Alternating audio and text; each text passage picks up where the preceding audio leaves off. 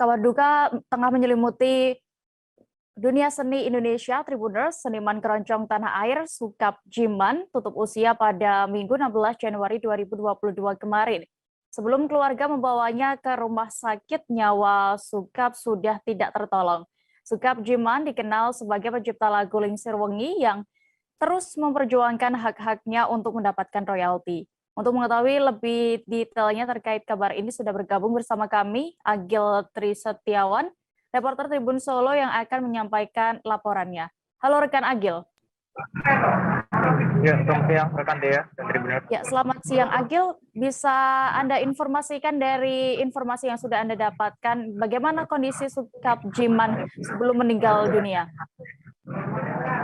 Ya, salah satu seniman keroncong asal Indonesia, ya Sukap Jiman, ya mana dikenal dengan pencipta lagu Lingsir Wengi, tutup usia pada hari Minggu 16 Januari 2022. Bahwasanya sebelum meninggal, Sukap Jiman diketahui memiliki penyakit stroke dan rematik, dan dari keterangan anak tertua dari almarhum Nur Star istri, bahwasanya 5 tahun terakhir Sukap Jiman juga mengalami kelumpuhan yang membuatnya tidak bisa beraktivitas seperti biasa dan harus menghabiskan banyak waktu di kasur.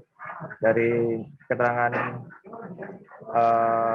anak tertuanya, Nur, bahwasanya sebelum meninggal dunia Sukap Jiman sempat muntah sebanyak 2 kali, dan dari situ dikabarkan Sukap Jiman meninggal dunia sehingga anggota keluarga belum sempat membawa almarhum ke rumah sakit.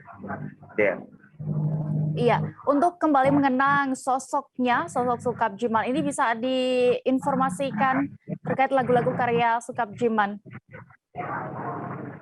Ya, Sukap Jiman sendiri merupakan seniman yang lahir di Jogja. Bahwasanya pada tahun 70-an lalu dia sempat mengawali karir musiknya sebagai pengamen hingga dia mendirikan grup musik.